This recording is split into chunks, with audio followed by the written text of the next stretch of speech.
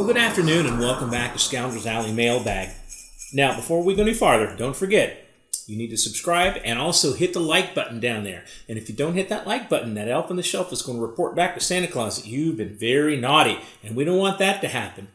Now, there's some little things that are different. For one thing, you're probably wondering, where are you at? Well, we'd love to tell you, but we're actually in our secret location in the Swiss Alps, overlooking this wonderful, beautiful Swiss valley and the Alpine Lodge behind us.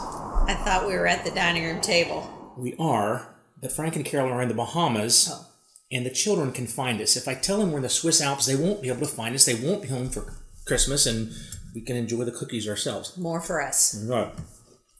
Because what's more about Christmas than what's in it for us? Tea and cookies. Well, in a few minutes, we are going to switch locations and turn this over to the remote location where Frank and Carol are out if they get off the beach in time. But they don't get sunburned. A redheaded person sunburned. That would be entertaining. In our last mailbag, we talked about some of our Christmas hymns and songs and carols at this time that we really like. And some people ask us some other things about what kind of traditions do we have. So we thought we'd each take a minute and talk about some of our favorite traditions. Do you want to start? That's fine, I can start. All right. Well, Penelope will start, because your favorite tradition dates back to... A long time ago. A long time ago. Well, that's worth a cookie. That's right, it is. A long time ago. My Christmas tradition that I chose is the Christmas tree. It does have a long history, although much of it is legend and hearsay, and maybe somebody wrote this down a long time ago. So there's not a lot that we can document until we really get up to modern times. But evergreens have been used for as long as there's been history written down for various things. The ancient Egyptians used them. The Romans used them for various festivals, relating something to around Christmas. But that's a whole nother subject that we'll talk about later. The first documented Christmas tree is in Riga, Latvia in 1510. They have a plaque in their town square stating that they do have the first decorated Christmas tree. Now, what they don't tell you is that they put the decorated Christmas tree up, they danced around it, and then they burned it. But, it's got to start somewhere. The traditions that we have today are basically German. Everything just seems to tie back to the German culture. The German, not the Irish culture? Not the Irish, well, not I wonder the how Irish. Carol's going to respond to that. In her right. undisclosed location, she won't tell us where she's at. Exactly. Yeah. Hope she finds her Christmas traditions. And her Christmas spirit. Invite us. That's right. German. We're back to German Christmas trees. The Germans had Christmas trees mostly 15th, 16th centuries seems to be where they started. They built pyramids of wood and put evergreens on them. They used trees. They started bringing them into their houses, started selling them commercially in that time. In fact, there was a time around Strasbourg, which at the time was part of Germany and not France, that they had to limit each family to one tree because they had cut down so many evergreens that they didn't have enough left. That was in Strasbourg. That was in Strasbourg. Didn't you get lost in Strasbourg? I got lost in Strasbourg. That's probably another story. That's because I could read German but not French. But that's another story. Anyway, back to Christmas trees. Christmas trees were brought here to America in the early 1800s. Now, I would point out at this time that Frank probably remembers the very first one, but he's not here to defend himself. That's right. So I won't say that. Back to Christmas trees, early 1800s. One documentation states that the first decorated Christmas tree here in America was 1832. Early 1800s is what most historians say. It was brought by the Germans, of course.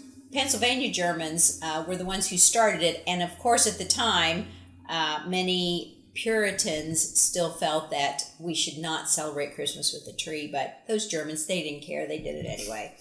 So they put up the first Christmas trees. First Christmas trees here in America. The country of England, of course, was a little behind us. Even though they have documentation of using Christmas trees, they didn't really become popular till mid-1800s. Their first Christmas tree, or what made Christmas trees popular over there, was an illustration in the London News of Queen Victoria and Prince Albert and their family standing around a decorated Christmas tree with presents underneath. And because Queen Victoria was so loved that if she did it, everybody had to do it. And people started putting up their Christmas trees in England. Here in America, and from other times previous, decorations on early Christmas trees were usually roses, fruit and nuts, wafers, sweets, and a lot of red ribbon. During a period of time in Germany, I believe it was in the 1700s, they were called sugar trees because all of the decorations on them were edible, and they could be eaten. So that is a very brief history of Christmas trees. There is a legend that I will point out involving Martin Luther, because there's lots of legends involving Martin Luther. He's credited with the first lighted Christmas tree because he was believed to have been walking through the woods while composing a sermon in his head, and he saw the twinkling stars through the evergreens and thought it was the most beautiful sight he'd seen. So he went home, put a tree inside, put candles on it and lit them, and told his children about walking through the forest and seeing the lights on the trees. Now, Boniface also did, so he was even earlier than Luther.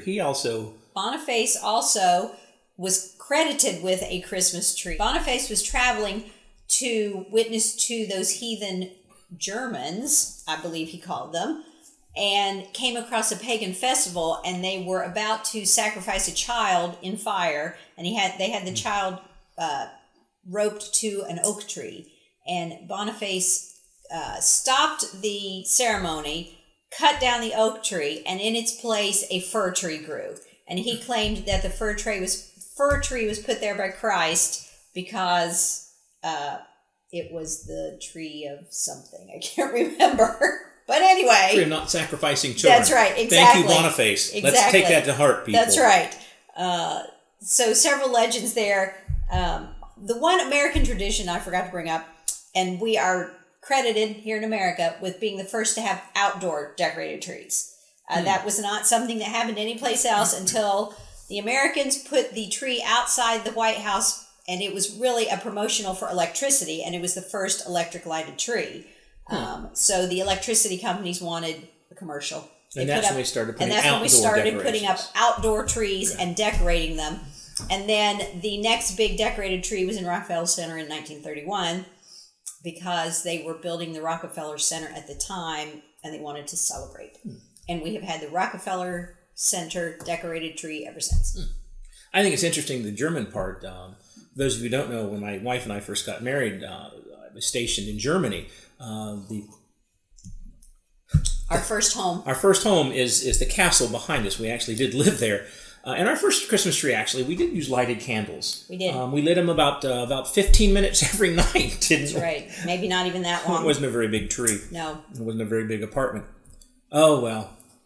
So that does come to the questions about when should you put up Christmas decorations? When should you begin listening to Christmas carols? In our household, my wife and I have always agreed that the Christmas tree comes down. Can they see my eye roll? This is very true. Okay. Would we not say that the Christmas tree in our house always comes down after January 7th, which is the day after Epiphany? Is that not correct? That is absolutely correct. And we stop listening to Christmas music the day after that. Is correct? That's correct. And we do not start listening to Christmas music until, Valentine's Day at the earliest. Of course. Well, so let's look at the Christmas tree. The one tradition that we always have, and probably the one that causes the most consternation this time period, the one we want to argue about, was actually when was the first Christmas? When was Christ born? A lot of people today will say, well, he was born in the springtime. A lot of them will say that he was born in October. A lot of people say that we celebrate December 25th because of the pagan holidays. A lot of those ideas are actually fairly modern. The early church did not celebrate his birth. And it should come as no surprise that their major holiday to them was his crucifixion and resurrection on Easter. Interestingly enough, the scriptures do not help us pinpoint when he was born, but because of the way the calendar falls, the writings that are left, and our understanding of Jewish history, we know to the hour that he was crucified, and we know pretty much to the hour that he arose. the scriptures actually do give us a fairly good indication of when he was born. Now, I don't want to go into the dates of when he was born because there's still some speculation, mostly around when Herod died. Conventional wisdom has us now saying that he died in 4 BC. However, there's some new archaeological evidence coming out that he might have lived as long as 2 BC. Still keeps it within that range that most of us think Christ was born between 7 and 2 BC. But it's the date of December 25th that I find interesting. John Christendom, he was born in Antioch, and he ended up becoming the bishop of Constantinople. He was called John Christendom because he was considered, Christendom meaning the golden mouth. He was considered a great orator, an amazing speaker. And that's the reason he ended up at Constantinople. The people of Constantinople actually kidnapped him from Antioch, forced him to become the bishop, and he took off. Now, the thing about John Christendom, that he was against a number of things, and he was very outspoken. He was against abortion. He was against prostitution. He was against gluttony. He was against the theater, horse racing, gambling, swearing. Now, here at Scoundrels Alley, I think it's safe to say that we appreciate his stance against abortion and prostitution. We agree with that wholeheartedly. The rest of it, we have a little bit of differences of opinion. I mean, horse racing, really? It's just the a little gambling horse race. every once in a while, That's some swearing. Theater. That's right. I've heard Maggie and Badger go at it quite. Exactly. Anyway, we won't go into that. But he gave what, as far as we know, the first and the earliest surviving sermons at the Nativity of Christ, both given around December 25th. He actually gave the first 2. And they're still available. You can still see them. Hopefully we'll talk about that later. He was called the Doctor of the Church, and he was considered one of the greatest of the Eastern bishops to ever come out of it. So he's very revered, especially in the Catholic Church, Catholic Church and Catholicism. And both in the Eastern and in the Western Orthodox. Eastern Orthodox. Western. One of those Orthodox. Yes. He was an early church father. He was born in 349, died about 408. What he did, though, he turned us on to the idea of December 25th date, not because he wanted to get rid of any Saturnella or Mithra or anything else. By the way, most of those legends, actually, there's probably more evidence that they stole the idea from Judaism than the Christians stole them from the pagans, but that's another story. But he turns us on to the idea of when Christ was born on the December 25th date. He turns us on to the idea of using Scripture. So what Christensen did was he said, essentially, let's look at Scripture and see if we can pinpoint this. And what do we know? And he's basing a lot of what's going on with Zechariah because we can pinpoint pretty close to when Zechariah was in the temple. Zechariah, of course, being the father of John the Baptist. David, when the first temple was built, he divided up the priests into 24 courses so that they could serve in the temple twice a year. Now, for those of you thinking to yourself, wait a minute, 24 is 48. That means they were there more than a week. No, they weren't. They're actually there a week. But David also considered that all of the priests to be on call during the 3 major feast holidays, so they weren't added into the priest into the cycle. And of course, the Jewish calendar lies a 12-month, but on a 360-day calendar. So they do some fudging here and there throughout the year, throughout every 3 or 4 years to add a day or 2 or subtract it. But anyway, because of that, we know some things. We know, for instance, that Zechariah, he was of the course of Abijah. And we know when Abijah's course, or Abijah being one of the sons of Aaron, we know that one of the dates that he was to serve, Abijah's course lay that his priests were to serve in the month of Tishra. Tishra would have been Feast of Booths, Sukkot, would have been right around October, roughly a September-October date, later September, early October date. We know he was there. We know that he was at that point, would have been serving in the temple. When the angel appears to him, the angel says to him that he's going to, his wife is going to become with child, and then it would lead to John the Baptist. Of course, Zechariah doesn't believe it, is struck dumb and probably deaf as well. So Zechariah finishes up. We know they're there a week, and then he goes back. Now, Elizabeth is not miraculously gifted with a child. She has to get pregnant the old-fashioned way. So we've got to give... I'm sorry, how else do I put this? We've got to give Zechariah time to get home, woo his lady. She, being elderly, probably called him an old fool and other things. And you know how married women, couples, older ones do. Anyway, he convinces her. Now, we know, according to Scripture, that Mary goes to see Elizabeth in the 6th month. Not Elizabeth's 6 months, because Elizabeth was 5 months pregnant. If you look at the Luke chapter, it says that Elizabeth, when she was 5 months pregnant, Mary comes to visit her in the 6th month. But if you look at the way that's written, in the 6th month, the angel came to Mary was not Elizabeth's 6 months. It's a different thought. It's a different paragraph. The paragraph starts right there. If you take chapters and verse, throw them out, and look at the way Luke wrote, it's a different paragraph. So the angel is going to appear to Mary in the 6th month, which is Adar. Now, Adar would be roughly March, April. We have to remember, though, in the Jewish calendar starts with Tishra, which is about sometime in early October. That's month 1 to them. Not January is our month 1. That's a lot of things to it. So, if you look at if you look at Adar, when the angel comes to Mary to say, you're going to be pregnant, you're going to become pregnant, she runs in Elizabeth's 5th month this year. You add 9 months to that, and you come up with what they would have called Kislev. In our calendar would be in December, sometime in December. Given the Gregorian calendar, the way it changes, it could have been anywhere from December 6th to January 6th.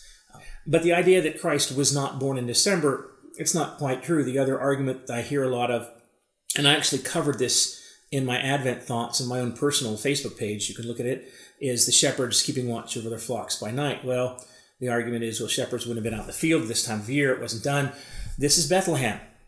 Bethlehem is where they were keeping, the priests are keeping the temple sacrifice sheep, which is done year-round, not just at the holidays. So they're lambing year-round, and these are very special sheep, and there would have been shepherds keeping watch over these flocks in Bethlehem year-round. So we can't just say, I'll throw it out because of that. When we start to look at these holidays, especially December 25th, we really need to focus on the Scriptures, because that's what Christmas is all about, Charlie Brown. It is about the Christ child, the Christ born, and his ultimate sacrifice. Again, there's a lot more you can find out about it, like I said, in my Advent thoughts on my own personal page. So, do you have anything else to say? Merry Christmas. Happy Christmas. Mighty Christmas. Joyous Noel. Yeah, something tells me she's going to have a talk with me about my comments about Elizabeth getting pregnant after this. But in the meantime, that's all from us in our secret hidden location in Pomeroy, in the Alps. Yes. We're going to turn this over to Frank and Carol. I hope they come off the beach in time, and don't let them fool you. That's exactly where they are. They're going to try to tell you some really ridiculous story. Big story. About Christmas in Kentucky and all that. Mm-hmm. But they've got 9 grandchildren. 7. Well, 9. When you get to that many, who's counting anymore? You want to tell me they actually are going to stay in the States? I don't think so. Anyway, we're going to turn it over to you, Frank and Carol. And then for the rest of you, don't forget, like, subscribe, and we'll see you on the next one. Frank and Carol, take it away.